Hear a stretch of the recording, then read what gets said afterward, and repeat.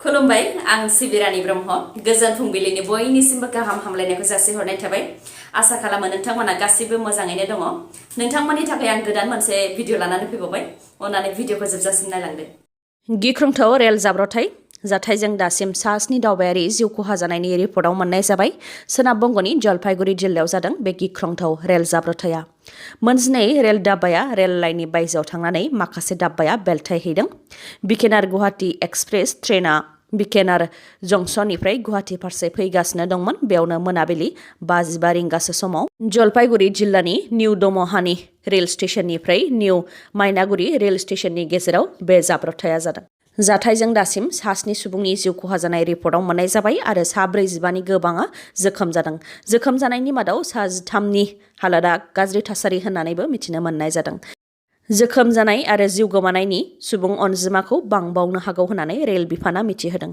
रैखा खालामग्रा हान्जाया गेस काटार मेसिननि गेजेरजोंसो रैखा खालामनायखौ मावनो गोनां जादों जोखोम जानाय सुबुंफोरखौ मायनागुरि सोरखारि देहा फाहामसालि आरो जलपाइगुरि डिस्ट्रिक्ट हस्पिटालाव फाहामथायनि थाखाय दैथायहरनाय जादों जाथायजों जिउ गोमानायनि नखरनो 5 लाख रां गोब्राब जोखोम जानायनो 1 लाख रां आरो एसेल' जोखोम जानायनो 25,000 रां होनो थाखाय रेल बिफाना फोसावबाय बेनि अनगायैबो जाथायनि सायाव गोजौ थाखोनि नायबिजिरनो थाखायबो बिथोन होनाय जाबाय होननानै रेल बिफाननि मन्थ्रिया फोरमायथिदों मख'नो गोनांदि बे रेलगारियाव गासै 1200 दावबायारिफोर दंमोन जाथायजों मोगा-मोगि जानाय दावबायारिफोरा फोरमायथिनाय बायदिब्ला रेलगारिया रेल लाइननिफ्राय बाहेरायाव गोग्लैहैनायनि सिगां रेलाव जारखेन एबा सोमावग्लुंनाय जाग्रोदोंमोन बेनि उनावनो गोग्लैहैदों क'क्राझाराव आरएसएसआ रेलि खालामनायखौ लानानै राजु नार्जारि बिथाङा बुंथियो दि आरएसएस एबा जायखिजाया आफादानो जायाथों मानो रेलिखौ सोरखारनि गनायथि लानानैसो खालामनो हायो आरो रेलि खालामनायनि बयहाबो कनस्टिटिउशनेल राइट्स दङ आरो बेयाव प्रमद बर'आ रेलिनि थाखाय गनायथि होआ डिसिआसो गनायथिखौ होयो बेनि अनगायैबो बिटिआरनि सिङाव गं 1142 ट्राइबेल गामिफोरा हाबगोन आरो माखासे दानख' जागोन बेबो थार बे खोथाखौ इउपिपिएलनि सेन्ट्रेल कमिटिनि गाहाय नेहाथारि राजु नार्जारि बिथाङा बुंथिदों दि जायनाखि बिथाङा बिटिआर गोरोबथानि दफाफोरनि खामानिखौ मावनायाव मैखोम बिफाव लादों बेनिखायनो बिटिआरनि गामि दाजाबनाय आरो दानख'नायनि सोमोन्दै मिथिगौ बिथाङा फोरमायथिबावदों दि गं 1142 ट्राइबेल गामिफोरा बिटिआरआव हाबगोन सानजाहा सनितपुर बिश्वनाथ गहपुर सिमलागुरिसिम बिटिआरनि सिमाया थांगोन नाथाय बिटिआरनिफ्राय गामि दानख' जागोनाबो थार जायफोर सिमायाव थानाय गामिफोराव ट्राइबेल सुबुंफोरा 33% बिथांमोनहा बिटिआरनिफ्राय दानख' जागोन जायफोर गामिया जोंनि थाखाय गोनांथि नङा बेफोर गामिखौ दानख'नांगौ होननानै बिटिआर गोरोबथायाव गामि दानख'नायनि दफा दंखायो होननानै फोरमायथियो बिथाङा बेनि अनगायैबो बिटिआर गोरोबथायाव जोबथा गोरोबथा लिरनायनि सायाव बिथाङा बुंथियो दि जायखिजाया गोरोबथायानो जोबथा गोरोबथा जानो हाया हारिया जेब्ला गोसो जायो अब्लानो बेफोर सोदोबखौ सिफायनो हायो होननानै बुंथिदों बेनि अनगायैबो बिथां राजु नार्जारिया बुंथिबावदि सिगांनि बिपिएफनि सोरखारनि समाव सोरखारनि हेंथा सोरबा खोथा बुङोब्ला बिथांमोनखौ बुनाय आरो बुथारनाय जायोमोन नाथाय दा इउपिपिएल सोरखारनि समाव बयहाबो बुंनो हानाय मोन्थाय दङ मख'नो गोनांदि बावैसो सिगां क'क्राझाराव आरएसएसनि रेलि खालामनायखौ नुनो मोननाय जादोंमोन बेखौ लानानै सोंथि खालामदोंमोन दि सिगांनि समाव आरएसएसनि रेलि नुनो मोननाय जायाखैमोन नाथाय दा प्रमद बर' बिथांनि सोरखारनि उनाव जोंनि ओनसोलाव बारानिफ्राय बारा आरएसएसनि गोहोम गोग्लैनायखौ नुनो मोनदों आरो बेफोरो प्रमद बर'आ जायगा होनायनि थाखायनो जादों नामा होननानै सोंनायाव बिथाङा फिननाय होयोदि आरएसएस एबा जायखिजाया आफादानो जायाथों मानो रेलिखौ सोरखारनाव गनायथि लानानैसो खालामनो हायो आरो रेलि खालामनायनि बयहाबो कनस्टिटिउशनेल राइट्स दङ आरो बेयाव प्रमद बर'आ रेलिनि थाखाय गनायथि होआ डिसिआसो गनायथि होयो होननानै बुंथियो बिथाङा गोजोनथाव खौरां नोंथाङा जुदि बेकार रमिय' बर' सावथुन नायनो हास्थायनानै दंमोनब्ला नोंथाङा बे सावथुनखौ न'आव थानानैनो नायनो हासिगोन अख्रां बर'जों दिथा होजानाय एबा डाइरेक्सन होजानाय बेकार रमिय' सावथुनखौ निउबो एपनि गेजेरजों नोंथांमोनहा नायनो हागोन दिनै फुंनि 11 रिंगायावनो बे सावथुनखौ निउबो एपआव एंगारनानै होगोन जुदि दासिमबो निउबो एपखौ नोंथाङा डाउनल'ड खालामनानै लायाखैब्ला गुगोल प्ले स्ट'राव थांनानै डाउनल'ड खालामहैनो हागोन नङाब्ला डिस्क्रिप्शनाव होनाय लिंकआव थांनानैबो डाउनल'ड खालामहैनो हागोन निउबो एपनि गेजेरजों बर'नि सावथुन नायनाया जोबोद गोरलै नोंथाङा मोनसे सावथुननि थाखाय खेबसे 44 रां होयोब्लानो सानथामनि थाखाय गोसो बायदियै सावथुनखौ नायनो हागोन रांखौ नोंथाङा गुगोल पे नङाब्ला इउपिआइ नङाब्ला एटिएम कार्ड नङाब्ला डेबिट कार्ड नेट बेंकिं बायदि बायदिनि गेजेरजों होनो हागोन बेकार रमिय' सावथुननि सिगां बिसम्बि सावथुनखौबो निउबो एपआव एंगारनानै होखांबाय आरो बेबायदिनो दान मोनफ्रोमबो निउबो एपआव मोजां सावथुनफोरखौ एंगारलांबाय थागोन होननानै फोरमायथिदों बेनिखायनो नोंथांमोना दासिमबो निउबो एपखौ डाउनल'ड खालामनानै लायाखैब्ला डाउनल'ड खालामनानै लानो हागोन मख'नो गोनांदि एम अख्रां बर'जों दिथा होजानाय बेकार रमिय' सावथुना समाज आरो राजखान्थियारि सावथुन, जेराव सासे सेंग्रानि जिउनि सानफ्रोमबोनि जाथायखौ लानानै दिन्थिनाय जादों।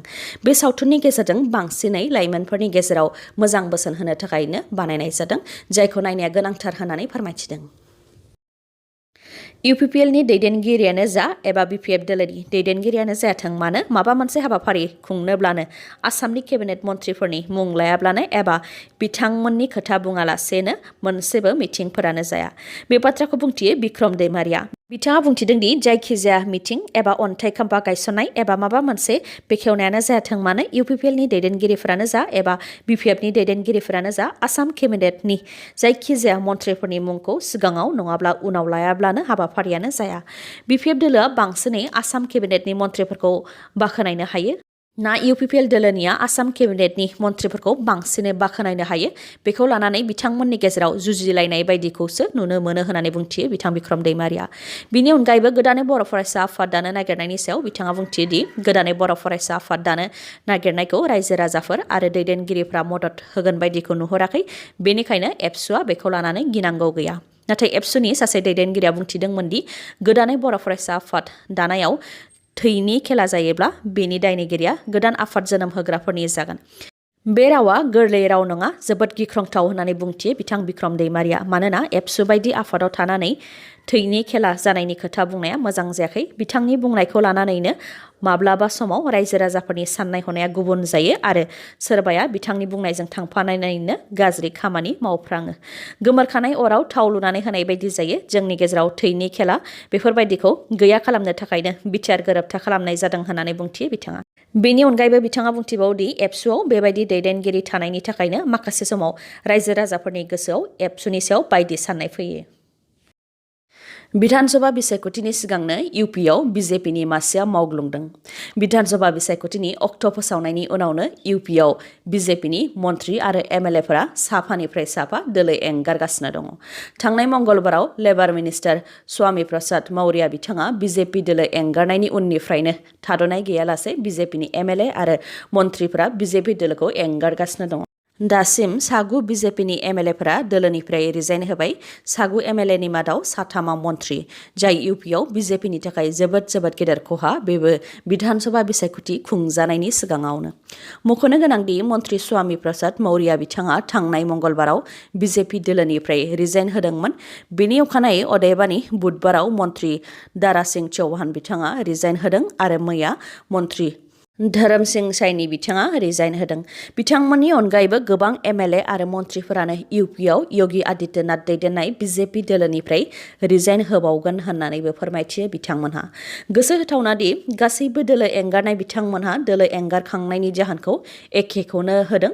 जाहोना इउपिआव योगी आदित्यनाथ दैदेननाय बिजेपि सोरखारा गाहाय थाखोनि सुबुंफोर, फिसा फालांगिरिफोर, बेखार लाइमोनफोरखौ नेवसिदों आरो नाख्रेबदों, जाय बिथांमोनहा थांनाय 2017 मायथाइयाव इउपिआव विधानसभा बिसायख'थियाव बिजेपि दोलोखौ देरहासार होदोंमोन, बिथांमोनखौनो गोनांथि होआखै होननानै बिथांमोनहा लिरदों। लोगोसे फोरमायथिबावदों दि स्वामी प्रसाद मौर्याखौ बिथांमोनहा दैदेनगिरि सानो, बेनिखायनो स्वामी प्रसाद मौर्या बिथांखौ मदद होनानै बिथांनि थांखि बायदियैनो थांफागोन होननानै फोरमायथिदों। बाक्सानि गरेस्वराव सा-9 मटर साइकेल सिखावखौ हमनो हादों।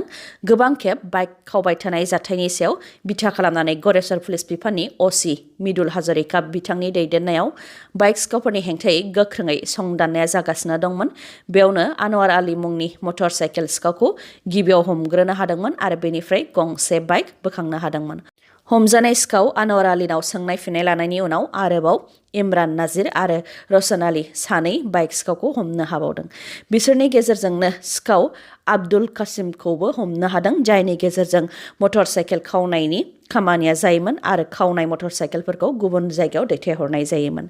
बे मटर साइकेल खावनाय जाथायजों सोमोन्दो थानाय गासै सा-9 सिखावखौ दासिम हमनो हानाय जाबाय आरो गंस्नि मटर साइकेलखौबो मोनफिननो हानाय जाबाय। खावनाय जाथायजों सोमोन्दो थानाय माखासे सिखावफोरखौबो हमबावनो थाखाय सिग्रोमनाय हाबाया जागासिनो दं होननानै फोरमायथिदों। एलिमेन्टारि एडुकेशन डिपार्टमेन्टनिफ्राय मोनसे नटिफिकेशन ओंखारदों। नटिफिकेशननि बायदिब्ला हादरसा बेंगिरिया बड' बिजों आरो गुबुन ट्राइबेल रावनि डाइरेक्टरेटनि खुंथाय गोहोखौ एलिमेन्टारि सोलोंथाइ बिफाननिफ्राय सेकेन्डारि सोलोंथाइ बिफाननो होबाय। आसामाव थांनाय 24 घन्टायाव 47,165 सुबुंनि देहायाव कभिड-19 टेस्ट खालामनाय जादोंमोन। बेनि मादाव 3,238 नि देहायाव कभिड-19 पजिटिभ मोननाय जादों। बेनिनो 1,070 कामरुप मेट्र'निफ्राय मैया सानसेयाव 3 सुबुंनि जिउ खहा जादों आरो पजिटिभिटि रेटआ 7.87%। आसामनि गिबि मन्थ्रि डक्टर हेमन्त बिश्व शर्मा बिथाङा बाक्सानि नाबादिहिरायाव कलेज लुफुंनो थाखाय अन्थाइ खाम्फा गायसनदों। College of agro' forestry and biodiversity and Bengal florican conservation research and ecotourism site लुफुंनो थाखायनो अन्थाइ खाम्फाखौ गायसनदों। बेनि अनगायैबो 2021-22 मायथाइनि मानरेगा फान्डजों लुफुंनाय गं 107 अंगनवाड़ी मिरुखौबो बेखेवनानै होदों। बेयाव बाहागो लानानै डक्टर हेमन्त बिश्व शर्मा बिथाङा बुंथिदों दि आबाद दिहुननायखौ फालांगियारियै बांहोनो थाखाय आरो आबादारिफोरनि रां आर्जिनायखौ मोजां खालामनो थाखाय एक्सपार्टफोर आरो एग्रिकालचार साइन्टिस्टफोरनि मददजों एग्रिकालचार कमिसन दानो थाखाय फोसावदों आरो हा खुरखानायखौ होबथानो थाखाय हा रैखाथि बिफाननो गुबुन गुबुन बिथांखिनि थाखाय फान्ड एलटमेन्टखौ बारायनानै होगोन होननानैबो फोरमायथिदों। दिनैनि भिडिअ'आ एसेनोसै। नोंथांमोना जुदि भिडिअ'खौ मोजां मोनदोंबा लाइक, कमेन्ट आरो शेयार खालामनो दाबाव। गोजोन्थों।